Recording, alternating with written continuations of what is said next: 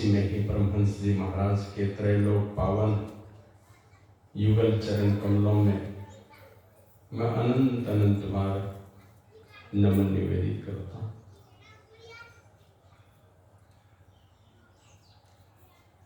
जीते जी मुक्ति प्राप्त किए हुए संत जन जो समाधि की अवस्था को छोड़कर इस सत्संग में उपस्थित हैं, अव्यक्त रूप में पधारे हुए उन सभी संत महापुरुषों को मैं बहुत बहुत बार नमन करता हूँ। जो भी देवी देवता भी हैं इस सत्संग में बैठे हो, उनको भी मैं नमन करता हूँ। सदगुरु महर्षि में ही परमहंस जी महाराज के अनेकों शिष्य हो गए, निकटवर्ती शिष्य 35-36 सन्यासी शिष्य गुरु महाराज के निकट। बहुत लोगों ने गुरु महाराज का दर्शन नहीं किया, लेकिन उनके जो वो शिष्य हुए, उनके माध्यम से लोगों ने गुरु महाराज की कृपा का एहसास किया है। तो उनकी भी बहुत बहुत कृपा है, जो घर द्वार सब कुछ छोड़ करके गुरु महाराज के चरण शरण में गए और उनके ज्ञान में गोता लगाकर चरित्रता का निर्वहन करते हुए साधना के पथ पर हमेशा कदम बढ़ाते रहे। और वो महापुरुष अब सशरीर तो नहीं रहे हम लोगों के बीच, उसमें पूज्यपाद स्वामी श्रीधर बाबा का अग्रगण्य स्थान है, जिनको गुरु महाराज कहते थे जो में ही है वही श्रीधर है। बहुत कृपा है उनकी। ऐसे हम सत्संगियों ने उनको भुला दिया, लोग भूल गए उनको, बहुत कम लोगों को याद है। लच्छन बाबा कनखुदिया में बड़े महात्मा हुए, 3 बार अखिल भारतीय सत्संग हुआ गुरु महाराज के समय में। तो लच्छन बाबा, मोहन बाबा, पूज्य संसेवी बाबा, पूज्य शाही बाबा, रामलगन बाबा, शिशु बाबा, भुजंगी बाबा, कुलदीप बाबा, मोती बाबा, एक से एक महापुरुष। हमारे क्षेत्र में स्वामी गंगेश्वरानंद बाबा गोड्डा जिले में। तो इस प्रकार बहुत सारे महात्माओं पर, सबों की कृपा है हम तमाम महात्माओं के ऊपर और तमाम सत्संगियों के ऊपर। उनके कृपा को हम भुला नहीं सकते। ऐसे महापुरुष को भी हम लोग बहुत बहुत बार नमन करते हैं। फिर सत्संगियों के बीच में से भी बहुत लोग हैं ऐसे जिनके त्याग, तपस्या और पुरुषार्थ के चलते संतों के ज्ञान की गंगा अब तक बहती आई है हम लोगों के बीच में। कौन ऐसे होंगे इस क्षेत्र में जो पहली बार गुरु महाराज के निकट गए होंगे, पहली बार दीक्षा लेकर आए होंगे और धीरे धीरे ज्ञान का प्रचार होने लगा इस क्षेत्र में। तो उनके त्याग तपस्या को भी हम नहीं भुला सकते, उनको भी मैं नमन करता हूँ। और मेरे मंच पर आसीन मेरे आश्रम के व्यवस्थापक और मेरे सारथी छत्रपति ब्रह्मचारी जी समेत उपस्थित सत्संग प्रेमी सदात्माओं, भक्तिमती माताओं, धर्मशिला देवी स्वरूपा सती साध्वी बहनों, सभी जवां दोस्तों, छोटे छोटे बच्चों, जो कोई भी सत्संग उपस्थित हैं, आप बहुत ही सौभाग्यशाली हैं। सौभाग्यशाली इसलिए भी कि आप लोग बहुत सारी कथा कहानी की चर्चा आप लोग सुनते होंगे। मेरे प्रवचन के माध्यम से, YouTube के माध्यम से भी बहुत लोग सुने होंगे। एक बार घर की बहू बीमार पड़ गई और बीमारी का कारण क्या था? दोनों किडनी फेल हो गई उसकी। पति की किडनी पहले से डैमेज थी। अपने मायके खबर भेजा तो वहां भैया भाभी दोनों की किडनी डैमेज थी और उतने पैसे भी नहीं थे कोई इलाज करा सके, कहीं दूसरी किडनी ले सके। उनकी जो सासू माँ थी ना, वो कहती है बेटी तुम चिंता मत करो, मैं जिंदा हूं ना भी, मेरे रहते तुमको कुछ नहीं हो सकता। सासू माँ ने अपने किडनी देकर बहू की जान बचा ली।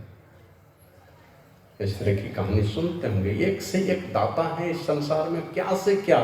एक बहन के विषय में हमने पढ़ा, उसने कहा ये मेरा छोटा भाई, ये तो मेरे बेटे जैसा है, जान दे दूंगी इसके लिए, लेकिन मैंने मेरे भाई को कुछ नहीं हो सकता, मैं जान दे दूंगी इसके लिए। हमने इसे गोद में खिलाया, एक बार पढ़ रहे थे, दक्षिणी भारत के एक मुख्यमंत्री, नाम भूल रहा हूं मैं, वो घूम रहे थे रेलवे स्टेशन में। तो एक आदमी से पूछा, भाई क्या बात है, ये भीख भीख क्यों मांगते हो? का भीख मांगता हूँ, मुझे कैंसर हो गया है, उसी के इलाज के लिए। तो स्टेशन पर ही साथ में पूरी क्या कहते हैं, पूरी सरकार ही थी उनके साथ में। 25 लाख रुपए का चेक अपने पर्सनल अकाउंट से दे दिया कि जाओ भीख मांग जाओ, इलाज करवाओ। तो इस प्रकार एक से एक लोगों की कहानी आप सुने होंगे। माने संसार के लोग जब रीझते हैं, संसार के लोग जब दया करते हैं, तो संसार की चीजें देते हैं। और वो चीज कितने दिनों के लिए? जब तक आपका शरीर है, उसके बाद वो खत्म हो जाएगा, उतने ही दिनों के लिए। तुलसीदास जी महाराज कहते हैं, जब द्रवही दीन दयाल राघव, जब दीनों पर दया करने वाले, जिसको संसार में कोई पूछने वाले नहीं है, उन पर परमात्मा जब दया करते हैं, तब क्या होता है? तो परमात्मा आपके ऊपर दया करेंगे। जिस दिन आपके दुख को देखकर द्रवित हो गए, आपको उठा करके एक सबसे ज्यादा सुरक्षित और सबसे ज्यादा पवित्र स्थान है, जहां से लोगों के उन्नति का द्वार खुलता है, उसके सदगति का द्वार खुलता है। जिस जगह से वहीं ले जाकर के परमात्मा उठा करके बिठा देते हैं, वो है संतों का चरण, वहां ले जाके पहुंचा देते हैं। तुलसीदास जी महाराज कहते हैं, जब द्रवही दीन दयाल राघव साध संगति पाइए। संतों की संगति मिल जाती है, आपके मन में एक भावना पैदा कर देगा। परमात्मा उठा के नहीं भेजेंगे, आपके ही मन में एक भावना पैदा करेगा, और आपको इच्छा होने लगे कि नहीं, संतों के चरणों में जाना चाहिए। और मन में एक बार भी अगर भावना उठ गई कि संतों के चरणों में बैठना चाहिए हमें, निश्चित रूप से परमात्मा ने आपके ऊपर कृपा की है। बस उठाया आपको और ले जा करके आपको जबरदस्ती ढकेल करके, प्रेरित करके संतों के चरणों में भेज देगा। और उनकी कृपा होती किस तरह से है? वनवास काल की बात है, 13 वर्ष गुजर गए। एक दिन लक्ष्मण ने पूछा, भैया 13 वर्ष गुजर गए वनवास में, और इन 13 वर्षों में आप लोग राम जी के जीवन को पढ़े होंगे। तो जैसे ही अपने राजपाट को छोड़ते हैं, पहली मुलाकात भारद्वाज ऋषि से होती है। जमुना पार करके जाते हैं, भारद्वाज ऋषि के दर्शन हुए, अत्रि मुनि के दर्शन हुए, वाल्मीकि मुनि के दर्शन हुए, शरभंग ऋषि के दर्शन हुए, मार्कंडेय ऋषि के दर्शन हुए, गौतम ऋषि के पत्नी अहिल्या के उद्धार के लिए उस आश्रम में गए। न बार बार तीर्थों में घूमते रहे, कभी पुष्कर तीर्थ में गए, कहीं कभी कहीं गए, इस प्रकार वो जाते रहे। 14 वर्षों में 13 वर्षों तक का जीवन बस संतों के सानिध्य, ऋषि मुनियों का सानिध्य प्राप्त होता रहे। 13 वर्षों का यही जीवन रहा है राम जी का, जो हमारे जैसे साधारण लोगों को नसीब नहीं हो सकता।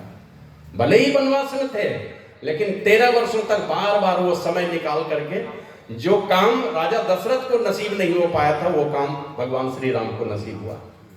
और 13 वर्ष जब गुजर गए, तो लक्ष्मण ने पूछा था, भैया 13 वर्ष गुजर गए, इस बीच में हम लोगों ने बहुत सारे ऋषि मुनियों के दर्शन किए, और इतने ऋषि मुनियों के दर्शन किए कि नाम भी याद नहीं है, सब भूल गए। क्या लाभ हुआ? 13 वर्षों में जो इतने ऋषि मुनियों के दर्शन के लाभ क्या हुआ? तो भगवान श्री राम ने कहा, भाई लक्ष्मण, जब सूर्य भगवान भास्कर जब उदित होता है, स्वाभाविक रूप से सारा संसार उत्साह से भर जाता है,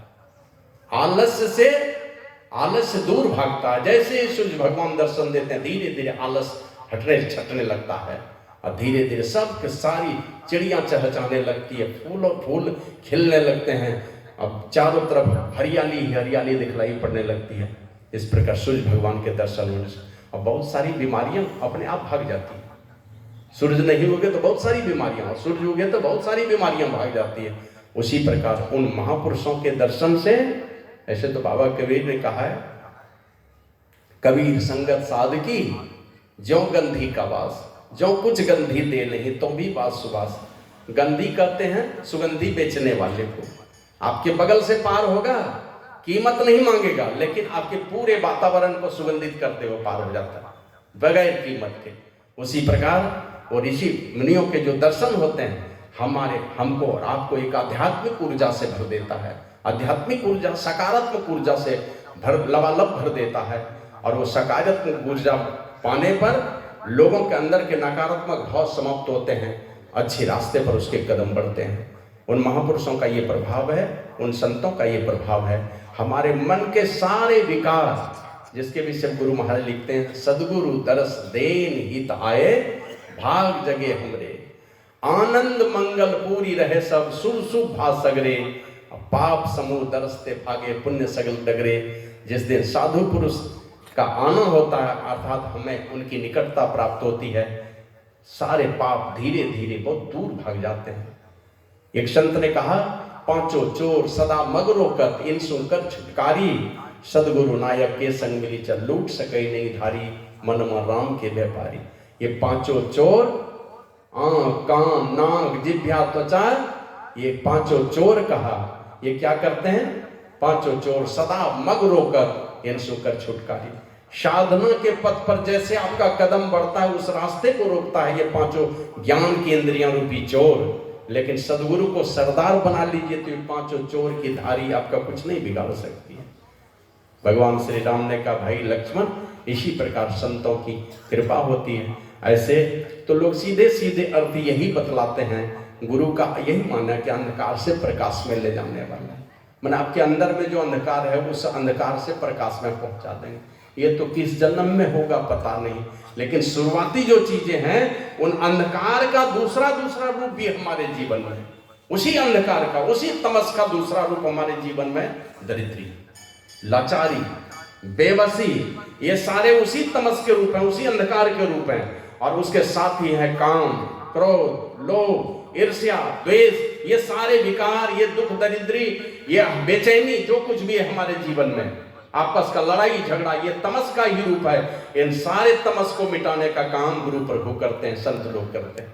इन सारे चीजों को भी मिटा देते हैं। हमारे गुरु महाराज कहते थे, अरे जिन महापुरुषों को ये सामर्थ्य है, वो मुक्ति रूपी सोने का कलश दे सकता है, तो संसार का ये नश्वर चीज जैसा ये मिट्टी का कलश नहीं देगा, वो भी देंगे।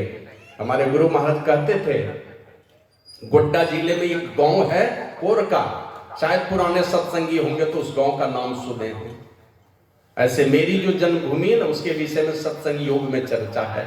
एक जगह मेरे गांव का नाम आया है, उसमें एक पद आप लोग गाते होंगे, कोई चतुर न पावे पार नगरिया बावरी, उसके नीचे में गुरु, उसके ऊपर में गुरु महाराज लिखे हैं, यह पद बिहार राज्य अंतर्गत संताल परगना जिले के ग्राम रमला नौखिल निवासी श्री नारायण दास जी सत्संगी ने लिखवाया।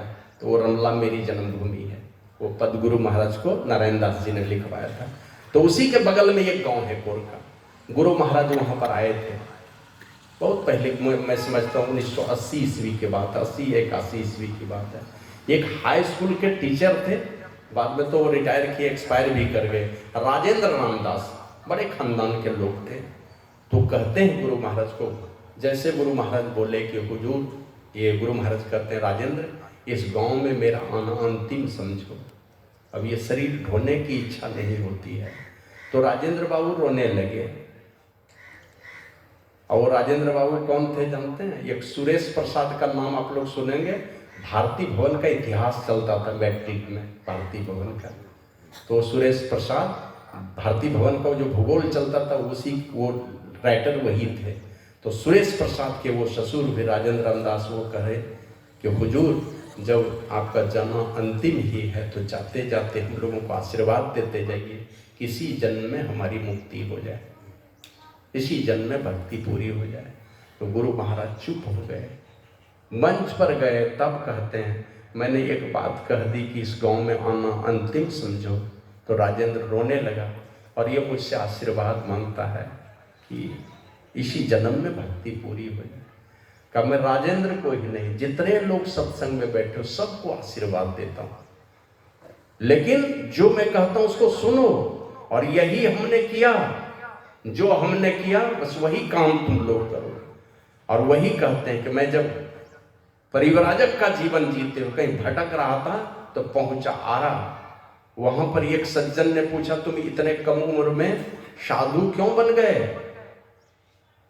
तो हमने कहा कि आप गृहस्थ क्यों बन गए, यही सवाल किया था। तो उन्होंने कहा कि हमने विचारा नहीं, कहा कि आपने विचारा नहीं इसलिए गृहस्थ बन गए, और हमने विचार किया इसलिए मैं साधु बन गया। क्या विचार किया? कब बचपन में एक पुस्तक पढ़ी थी इंग्लिश रीडिंग की, first book of English reading, चरण मुखर्जी की लिखी हुई। उसमें एक पंक्ति हमने पढ़ी, ऑल मैन मस्ट डाई, हर आदमी निश्चित रूप से मरता है, यानी मृत्यु अवश्यंभावी है। और एक बार नहीं, बार बार जब तक जीते जी मरने नहीं सीख लेंगे तब तक बार बार मरते रहेंगे और बार बार जन्मते रहेंगे। अब दुनिया का सबसे बड़ा दुख यही, आवाज कम करो। तो कहा कि मैं जो कहता हूं सुनो।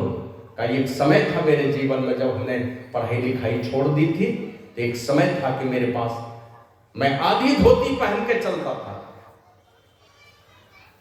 अब स्नान करने की इच्छा होती, कहां स्नान करूं, तो एकांत में चला जाता था किसी सरोवर पर, वहां जाके स्नान करता था। और वो आधी धोती निचोड़ करके सूखने देता था और पेड़ के ओट में जाके पेड़ के आड़ में नंगे बैठा रहता था। वो आधी धोती सूखती थी तब मैं उस धोती को पहन के चलता था। लेकिन वो दुख के दिन लद गए, मेरे पास इतने कपड़े हैं कि मैं रोज कपड़े बदलूं तो भी कपड़ा नहीं खत्म होने वाला। का एक समय था जब मेरे पास पानी पीने के लिए मिट्टी के पात्र नहीं थे, लेकिन अब वो दुख के दिन लद गए, अब मेरे पास पानी पीने के लिए और भोजन करने के लिए सोने के पात्र हैं। का एक जमाना था जब मेरे पास रहने के लिए कोई घर नहीं था, अभी लाखों लाख घर हैं। मैंने हर सत्संगी का घर मेरा अपना घर है, कोई भी खाली कर दे गुरु महाराज के लिए। और अपने तरफ से अगर जोड़ करके देखेंगे तो कोई डॉक्टर इलाज करने वाले नहीं थे। और ये जमाना वो भी आया कि बड़े बड़े डॉक्टर इलाज करते थे और अपने भाग्य पर इतराते थे। उसी में से थे डॉक्टर रामबदन सिंह, जो बराबर जाते थे गुरु महाराज के पास। पहली बार जब गए तो गुरु महाराज जी का वो देख लिए नाड़ी वगैरह छू करके, अब बाद में उनको कुछ दवा लिख दिए तो उनकी पत्नी बिगड़ गई। इतने बड़े महापुरुष को स्लिप लिख करके देते हैं, चिट्ठा लिख के देते हैं, दवा नहीं दे सकते हैं। तो उस बार से गुरु महाराज की सेवा वो करने लगे। तो बड़े बड़े डॉक्टर आते थे। और वो भी दिन अपने महर्षि नहीं के माध्यम से जाना होगा कि गुरु महाराज जी कुएं पर गए थे साधु वेश में, तो माता जी प्यास लगी है पानी पीने दो। संजोग से गुरु महाराज का स्पर्श हो गया उस घड़े से, किसी तरह से हाथ से छू लिए होंगे। जैसे स्पर्श हुआ तो वो उल्टी पुल्टी बात बोलने लगी। ऐसे गुरु महाराज इतने दयालु थे, कभी किन्हीं के विरुद्ध बोलेंगे, कभी निंदा वाला शब्द कोई साधु नहीं बोलता है। तो गुरु महाराज नहीं बोलना चाहते, लेकिन हमें पता चला वो गाली देने लगी गुरु महाराज को। लेकिन गुरु महाराज कुछ नहीं बोले। माता जी मुझसे गलती हो गई, कहा कि तुमने अपवित्र कर दिया मेरा घड़ा, इसकी कीमत दो। तो गुरु महाराज कहां से देते, तो पास में छतरी थी, छाता, वो छाता दे दिया उस नाई को घड़े के बदले में। मतलब उस माता जी ने घड़े के बदले में छाता ले लिया गुरु महाराज से। और वो दिन भी आप लोगों ने सुना होगा उस विषय में कि गुरु महाराज जब शरीर छोड़ करके दुनिया से गए, तो जिस बर्फ के सिल्ली पर रखा था गुरु महाराज के पार्थिव शरीर को, उसका एक एक बिंद चूता था, एक एक बूंद को लोग चरणामृत बना करके पान कर लिया। अग्नि संस्कार होने के बाद मैंने बहुत सारे मित्र हमारे बता रहे थे, मैं तो कटिहार में रह गया था उस समय, तो विद्यार्थी जीवन था, कोई आमदनी का स्रोत नहीं था, आ भी नहीं सका कटिहार से भागलपुर। लेकिन मेरे दो साथियों ने बतलाया कि बहुत सारा राख हम लोग खा गए, पूरे बदन में लगा लिए, और अग्नि संस्कार के बाद जो और बचा था राख, वो सब राख ले जाकर गंगा जी में विसर्जित कर दिए। और सत्संगियों ने नहीं माना। जहां पर अग्नि संस्कार होता वहां पर मिट्टी खोद खोद करके गड्ढा बना दिए। ये बाद में वहां पर समाधि मंदिर का निर्माण हुआ, गड्ढा कर दिया, तो मिट्टी उखाड़ करके लेके चले गए। तो इस प्रकार वही कहा गुरु महाराज ने, ये सारे दुख के दिन लग गए। बस हमने जीवन में दो ही काम किया, जब तक हमारी उम्र थी तो हमने पढ़ाई की, और जब हमने पढ़ाई लिखाई छोड़ दी तो बस सत्संग और ध्यान किया। इसलिए गुरु महाराज का भजन भी सुनते थे, नित प्रति सत्संग कर ले प्यारा, तेरा साकार सरे सारा। तो महापुरुष की जब कृपा होती है, आपके अंदर के अंधकार तो किस जन्म में मिटेंगे, वो तो अनेक जन्मों की बात है। ऐसे तो रामचरितमानस में आया है, जन्म जन्म मुनि जतन कराई, जन्मों जन्म जतन करते रहते हैं कि अंदर का अंधकार मिट जाए, अंदर में केवल परमात्मा ही परमात्मा हो। यानी मुख से भी उच्चारण हो तो अंतिम समय में राम का ही उच्चारण हो, लेकिन वो होता नहीं है। वो तो किसी और जन्म की बात है, बहुत जन्म की बात है। लेकिन अगर गुरु की कृपा का एहसास अगर करना चाहते हैं तो सबसे पहले तो आपके जीवन के तमस को मिटाते हैं, मन आपकी दुख दरिद्री को मिटाते हैं। गुरु महाराज लिखते हैं, गुरु दाता दयाल वह काटे जमजाल पल में कर दे निहाल। उनकी कृपा होनी चाहिए, निहाल करने वाले वो महापुरुष हैं। तो इसलिए मैं आप लोगों से निवेदन करता हूं कि आप लोग एकदम मनोयोग पूर्वक बैठिए। बहुत सारी बातों की चर्चा करेंगे हम लोग। कल भी सत्संग होगा, चलिए बहुत चार पाली का सत्संग हम लोग आपस में चर्चा करेंगे। तो कहने सुनने की बहुत सारी बातें हैं, क्रम से इन्हीं बातों की शुरुआत में करता हूँ। इन महापुरुषों की ऐसी कृपा है, उनकी छत्र छाया में हम लोग बैठे हैं। गुरु प्रभु की कृपा छाया तले हम लोग बैठ करके चार पाली का सत्संग की चर्चा हम लोग करेंगे। उनके विषय में बाबा कबीर कहते हैं, यह तन विष की दे लगी गुरु अमृत की खान, शीश दिए जो गुरु मिले तो भी सस्ता जान। मैंने ये गर्दन चढ़ा दो, मैंने सब कुछ लुटा कर अंतिम गर्दन काट के भी चढ़ा दो, और अगर सच्चे सदगुरु मिल गए तो समझो कि सौदा सस्ते में पट गया। बाबा साहिब स्वामी जी महाराज एक दिन मनियारपुर में कह रहे थे, खोजो गुरु को। ऐसे लोग कहते हैं गुरु करो जान के, अब पानी पियो छान के, अब पानी में जहर मिला छान के पी लीजिएगा तब बचेंगे। तो नहीं, वो कहते थे पानी पियो जान के और गुरु करो छान के। पानी को जान के पियो, कुछ गंदगी में नाले का ही पानी है, पी लेंगे, क्या होगा, जान तो बचेगी, बाद में फिर बीमारी का इलाज करा लेगा। और नकली गुरु के चक्कर में पड़ गए तो कितना जन्म नाश कर देगा आपका, जन्मों जन्मों की पूंजी है। इसलिए सच्चे सदगुरु अगर जीवन के अंतिम समय में मिल गए तो समझो सौदा सस्ते में पट गया। सत्संग योग में गुरु महाराज लिखते हैं कि सच्चे सदगुरु का मिलना सर्वेश्वर के मिलने के तुल्य है। जीवन के अंतिम समय में भी सच्चे सदगुरु मिल गए तो समझो आधा काम बन गया तुम्हारा। ये गुरु महाराज एक बार प्रवचन में कह रहे थे, गुरु अगर सच्चे सदगुरु मिल गए तो आधा काम बन गया। एक बार किसी सत्संगी ने चर्चा की थी, महाराज भगवान बुद्ध बड़े ही त्यागी बैरागी पुरुष हुए, 550 जन्म लेंगे, 591 जन्म में मुक्ति मिली। हम लोगों का क्या होगा? हम लोग तो दिन रात विषयों के दलदल में डूबे हुए हैं, हम लोगों की क्या गति होगी? तो गुरु महाराज पूछे उनसे, भगवान बुद्ध को 591 जन्म में मुक्ति मिली, उन्होंने अपने श्रीमुख से बहुत सारी कथा कही है, और सारी कथाएं जब तक कथा में वर्णित है, जब तक कथा की सारी कथा को पढ़ करके तुम सुनो, कहीं उन्होंने ये बात नहीं कही है कि किसी जन्म में हमें सच्चे सदगुरु मिले, नहीं मिले। सबरी वाला प्रसंग पढ़ लो कि हिरनी का जीवन मिला, वहां से उन्नति हो गई, प्रोन्नति हो गई, साधु संतों के धोए हुए चरण का जल का पान कर लिया।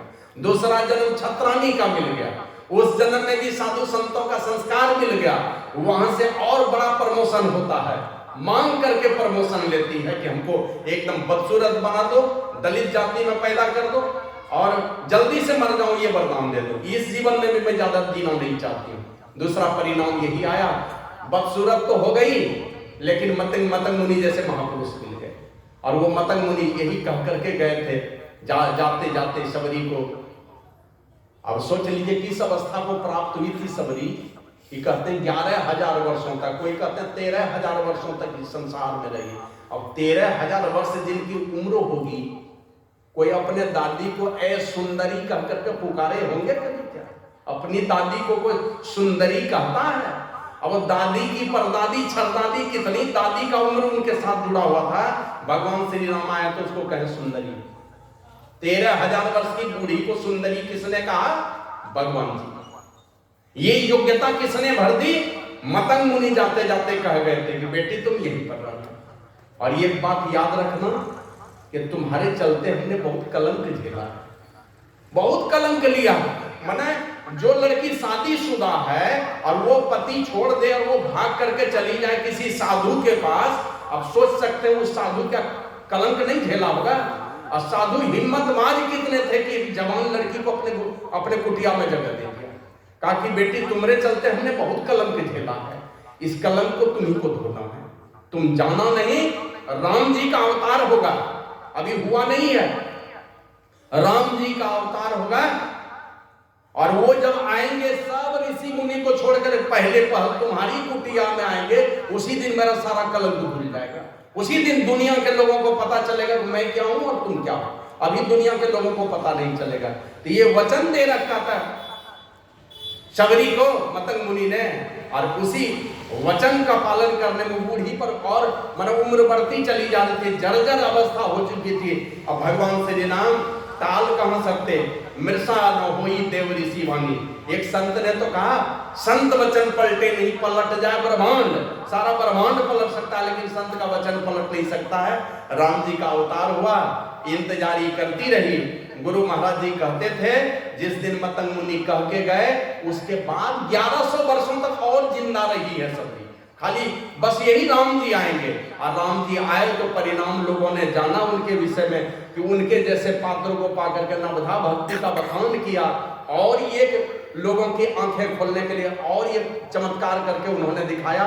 सारे ऋषिगणों से पूछा कि कोई चिंता है, कोई परेशानी है? बोला ये थी परेशानी। का वो क्या? बोला अमन चैन का जीवन है, कहीं अशांति का वातावरण नहीं है, लेकिन पानी की बड़ी समस्या है। यहाँ जहाँ से पानी पीता हूँ उसका पानी खून जैसा गंदा हो गया। तो प्रभु आप अगर उसमें चरण स्पर्श कर देते तो पवित्र हो जाता। हो गया? नहीं हुआ। तो सारे ऋषि मुनियों को बुलाया कि तुम लोग भी चरण स्पर्श करो। हो गया? उससे भी नहीं हुआ। वहां तो प्रबल प्रेम के पाले पड़कर प्रभु को नियम बदलते देखा, अपना मान टले टल जाए पर भक्त का मान न टलते देखा। वहां तो सबरी के मान को ऊंचा करना था। और राम जी किए भी यही है। इस संसार में आए अभिमान से भरे हुए जितने बड़े बड़े लोग थे सबका मटिया मेट किया, सबका अभिमान चूर किया, और जितने छोटे छोटे लोग थे सबका स्वाभिमान ऊपर कर दिया। चाहे केवट के रूप में हो, चाहे बानर भालू के रूप में हो, चाहे सबरी के रूप में हो, जिस किसी भी प्रकार से खाली छोटे छोटे लोगों का मान सम्मान बढ़ा दिया और सब अभिमानी का मटिया मेट कर दिया राम जी ने। यही राम जी थे। तो अंतिम में कहा कि उस सबरी को भी बुला लो, उसे भी चरण स्पर्श करवा दो थोड़ा। तो माता सबरी आती है, चरण स्पर्श करती है, जल कंचन हो गया। सारे ऋषि मुनि और राम जी के करने से वो कंचन नहीं हुआ था। ये तो राम जी को सब लीला दिखानी थी। अगर गुरु की कृपा हो और अपना पुरुषार्थ जिनके पास हो तो वो क्या नहीं कर सकती है, वही करके माता सबरी ने दिखाया। श्री सद्गुरु महाराज की जय। आवाज थोड़ा कम करो, बहुत आवाज है। तो इस प्रकार श्री सद्गुरु महाराज की। अगल बगल में जो सज्जन खड़े थोड़ी देर बैठ के सुनिए, बैठ के बढ़िया बढ़िया आसन में बैठिए, सुनिए कुछ नई नई बातें। सत्संग में बहुत बहुत सुने होंगे, हो सकता कोई भी महात्मा आते हैं कुछ नई बात सुनने को मिलता है, तो सुनिए मनोयोग पूर्वक। कुछ नई नई बातों की चर्चा हो सकता है हमारे मुख से भी हो, तो आप लोग बैठ करके सुनिए सब लोग। तो इस प्रकार गुरु की कृपा। हमारे गुरु महाराज कहते थे कि किसी से कुछ सीखने वाले को, सिखाने वाले की विनम्रता पूर्वक कुछ सेवा करने का भाव स्वाभाविक ही उपजता है। इसलिए गुरु भक्ति स्वाभाविक है, और गुरु भक्ति के विरुद्ध में कुछ भी कहना फजूल है। परमात्मा नहीं है ये बात भी अगर आप मानते हैं नहीं है, ये सिखाने के लिए भी गुरु चाहिए। इसलिए गुरु की नितांत आवश्यकता है। और ऐसे महापुरुषों का के विषय में आप लोगों को याद होगा, पौराणिक कथा है। महाराजा वेन, महाराजा पृथु के पिता हुए। महाराजा वेन को तपस्या का फलस्वरूप जब भगवान नारायण के दर्शन हुए तो महाराजा वेन ने पूछा था भगवान से, भगवान कोई ऐसा अमर फल है जिसको खा लेने से मैं अमर हो जाऊं? है क्या ऐसा कोई अमर फल? तो भगवान कहते हैं कि राजन, इस संसार रूपी पादप में सबसे अमृत फल संत ही है। संसार रूपी पेड़ के सबसे अमृत फल वो संत ही हैं। जिधर से खाइए, चखिए, खाइए, कुछ भी कीजिए, उससे आपका भला ही भला होना। किसी भी तरह से उनकी निकटता, किसी भी तरह से उनका सानिध्य आपका भला ही करने वाला, कभी बुरा नहीं होने वाला। इसलिए देखेंगे ऐसे ऐसे संत हुए। नारद बाबा रत्नाकर को बोले बांध दो गाछ में, जाके पूछो। अब देख लीजिए ये भी कैसे लोग थे, कैसे कैसे संत इस धरती पर आए हैं, अपने को गाछ में बंधवाया लोगों को सिखाने के लिए। क्या जरूरत पड़ी थी? झोला में कुछ था नहीं, वो मांगा था दे दो सब झोला झक्कर तो दे देते, लेकिन ये भी पूछा तुम बॉस हो तो तुमको भी मैं दिखाता हूं मैं कितना बड़ा बॉस हूं। ये भी दिखा दिया कि जाओ तुम घर, अब वहां से पूछ लो कि देखो तुम्हारा कोई भला चाहने वाला है। तो चारों तरफ अंधेरा ही अंधेरा सूझने लगा। जब पत्नी ने और बेटे ने सब ने जवाब दे दिया आपका पाप आप ही जानिए, हम काहे को आपके पाप का भागीदार बने। तो इस प्रकार बंधवा लिया। ऐसे अनेक संतों की कथा सुनते हैं, अपने जीवन को क्या कहते हैं दुख में डाल डाल करके लोगों का भला किया है। तो उसी प्रकार माने गुरु की कृपा का जो गुरु की जो कृपा है, जैसे गुरु के कृपा के विरुद्ध कुछ भी कहना फजूल है। गुरु भक्ति स्वाभाविक रूप से उपजती है। यही नहीं महापुरुषों के विचारों की आवश्यकता अभी के समय में है। और यही चर्चा हम लोग अभी सत्संग योग के माध्यम से सुन रहे थे। सारी बातों का विश्लेषण करना संभव तो नहीं है, लेकिन यहाँ से मैं जो मूल बातें हैं सत्संग योग में जो हमने पाठ करवाया, वो मैं यही कहना चाहता हूँ कि एक माता हुई संसार में। ऐसे जिस दिन से माता के कोख में बेटा आता है, बेटी आती है, कोई भी बस आ गया, उसी दिन से चिंता शुरू है, माँ की चिंता। और आप देखिए कि एक हमें अगर पेट में 5 मिनट 10 मिनट के लिए दर्द हो जाए तो परेशान हो जाता है। आधा घंटा दर्द रह जाता तो लगेगा अब मर जाएंगे। 1 घंटा रह जाए तो तब तो मत पूछिए क्या हाल होता है उसका। अगर साधारण पेट में दर्द, दांत में दर्द, आंख में दर्द, नाक में दर्द, एक माँ है 9 महीने तक जो कह दीजिए, जहां देवी देवता पीर फकीर कोई डॉक्टर कुछ कह दे तुम्हारा बेटा ये बनेगा वो बनेगा, ऐसा परहेज करो, सब करने के लिए तैयार है। इसीलिए संतवानी माया पितु सुमाता सौगुना सुध को राखे प्यार, मन से ती सेवन करे तनसु डांटरूगा। ऊपर से गाली डांट दे देगी, लेकिन मन से जो जो कहिएगा सेवन करने के लिए सब करेगी। इस प्रकार माँ की बात है। एक से एक माँ है, माने एकदम सुरक्षित अगर जगह है, जैसे माँ का आंचल अगर मिल जाए, माँ के आंचल के बीच में अगर बच्चा छिप जाता है तो अपने को निर्भीक महसूस करता है। पिता के पास नहीं भी कर सकता तो अपनी सारी भावनाओं माँ के पास जाके कर लेता है। हम लोग बचपन में पढ़ते थे शायद सुभद्रा कुमारी चौहान की एक कविता, यह कदम का पेड़ अगर माँ होता यमुना तीरे, मैं भी उस पर बैठ कर नैया बनता धीरे धीरे, ले देती यदि मुझे बांसुरी तुम दो पैसे वाली, किसी तरह नीचे हो जाती यह कदम की डाली। इस प्रकार कविता सुनते थे। ये मन की भावना अपने बच्चे जो है माँ के पास रखते हैं, तो उसके दया ममता, ये वात्सल्य, ये करुणा, इशारा महासागर है वो माँ।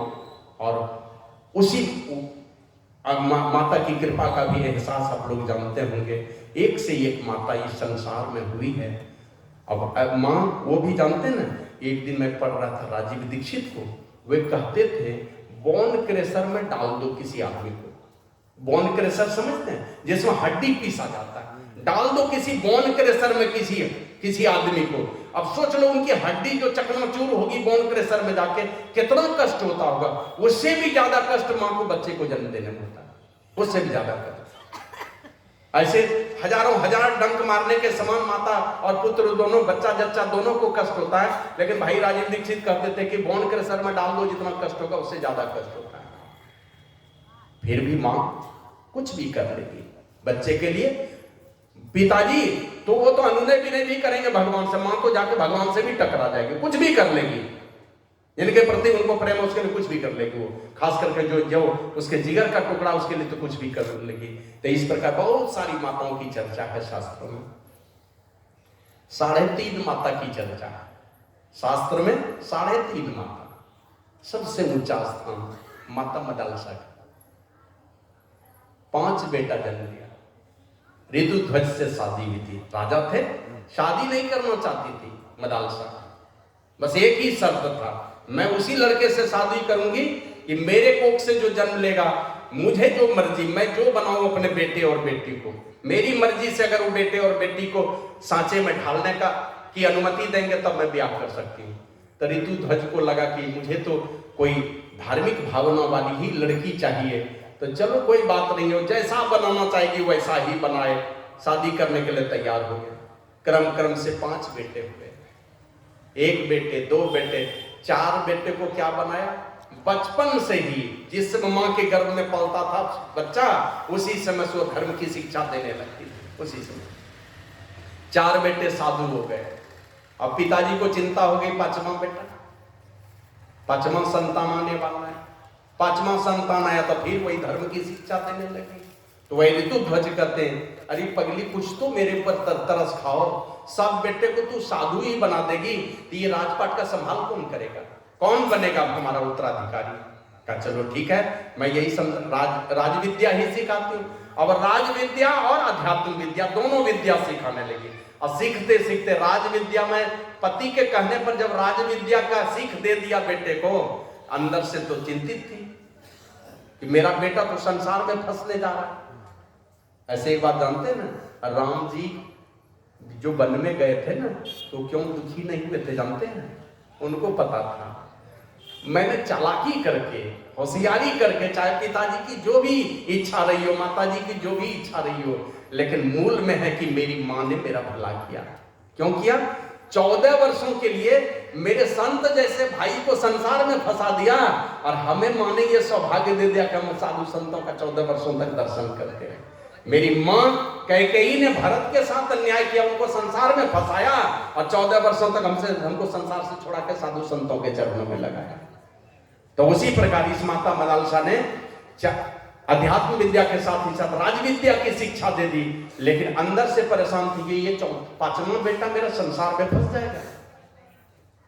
अंतिम में आप जानते हैं ताबीज बांध करके दे दिया था अपने बाह में, और कहा था कि बेटे जब कोई परेशानी आएगी जीवन में तो तुम इस ताबीज को खोल करके देखना, तुमको निकलने का रास्ता मिलेगा। अब 4 भाई हो गए साधु, चारों को चिंता हो गई, हम 4 भाई परमात्मा के आनंद में डूबे हैं, एक मेरा भाई विषयों के दलदल में डुबकी लगा रहा है, निकालना चाहिए उनको। चारों भाई आ गए काशी नरेश के पास, और आकर के चारों भाई ने कहा कि महाराज मेरा भाई राजा बन गया, वो मुझे हिस्सा नहीं देता। तो अब तो क्या करूं? हमारा हिस्सा दिलवा दो। ठीक है दिलवा देता हूं। अब चारों भाई मिल करके काशी नरेश को बोले, तो काशी नरेश ने उसके 5वें भाई पर चढ़ाई कर दी। वो राजा बना हुआ था, 5वें भाई पर जैसे चढ़ाई किया, अब फंस गया हजारों फौज के बीच में। अब ताबीज खोल करके देखता है, एक आत्मज्ञानी माता का उपदेश था, शुद्धो असि बुद्धो असि, ए मेरे पुत्र तुम शुद्ध हो, परम पवित्र हो, बुद्धो असि माने ज्ञान का खजाना हो तुम, और यहां तक का निरंजनो असि माने तुम परमात्मा हो, परमात्मा। तुलसीदास जी महाराज तो लिखते हैं, ईश्वर अंश जीव अविनाशी, चेतन अमल सहज सुख राशि। अमल माने एकदम पवित्र, मल रहित है, और सहज सुख की राशि है, चेतन है, वो जड़ नहीं है, और तुम उसी परमात्मा के अंश हो। हमारे गुरु महाराज का लिखते हैं, घटतम प्रकाश व शब्द पट त्रय जीव पर है छा रहे, कर दृष्टि अरुध्वनि योग साधन ये हटाना चाहिए, इनके हटे माया हटेगी, प्रभु से होगी एकता, फिर द्वैतता नहीं कुछ रहेगी, असमनन दृढ़ चाहिए। इस प्रकार दृढ़ता से अगर मनन करोगे तो तुम और परमात्मा में कोई अंतर नहीं रहेगा। कब बेटे तुम परमात्मा हो, परमात्मा, और ये सारा संसार माया से ग्रसित है, माया से आवरणित है, छोड़ करके भागो तुम इसको। अब माँ का उपदेश है, वो क्या कहते हैं, सात्विक लोग जो होते हैं, आध्यात्मिक लोग जो होते हैं, उनकी वाणी में इतना तेज होता है। पूज्य बाबा साहिब स्वामी जी महाराज एक भजन लिखे हैं गुरु महाराज के विषय में, जब गुरु महाराज शरीर छोड़ करके चले गए, सुन सुखन तेरा कायल हुआ ना, कहीं ऐसा देखा ना सुना ना। ए गुरु महाराज तुम्हारे सुखन को सुन करके, सुखन मन होता उपदेश का, तुम्हारे उपदेश को सुन करके तुम्हारा कायल नहीं हो गया, ऐसा कहीं देखा सुना हमने नहीं, कहीं नहीं देखा, माने जिसने भी तुमको सुना वो तुम्हारा कायल हो गया। आप लोग जानते हैं ये भागलपुर की घटना, भागलपुर विश्वविद्यालय जिसको तिलकामांझी जी भागलपुर यूनिवर्सिटी कहते हैं, उसके VC थे डॉक्टर रामधारी सिंह दिनकर, है ना, बड़े महान पुरुष हुए, इस बिहार को गौरवान्वित करने वाले महान पुरुष हुए। वो जा रहे थे कार गाड़ी से, VC थे वो उस यूनिवर्सिटी में, एक लेक्चरर मिल गए, तो उनसे पूछा कि किधर जा रहे हैं? बोले सर एक महात्मा है यहीं पर कुप्पा घाट में, तो बड़े सिद्ध महात्मा है, उन्हीं का दर्शन कर लेंगे। पास में उनको पैसे थे नहीं, सोचे पैदल ही चला जाऊंगा। अब ये VC मिल गए डॉक्टर रामधारी सिंह दिनकर, इनको कहा सर आप भी चलते तो बढ़िया रहता। बोले अरे यार कौन इस धरती पर अभी काहे को कोई संत रहेगा, किस चक्कर में तुम पड़े हो?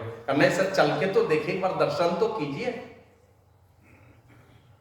उनको बिठा लिया अपनी गाड़ी में, गए भागलपुर, जहां कलेक्टर कोठी है, डीएम रेसिडेंस गए होंगे, मायागंज हॉस्पिटल की ओर जहां से मुड़ते हैं उसी जगह गाड़ी खड़ी किए और 7 प्रश्न लिख लिए पॉकेट में।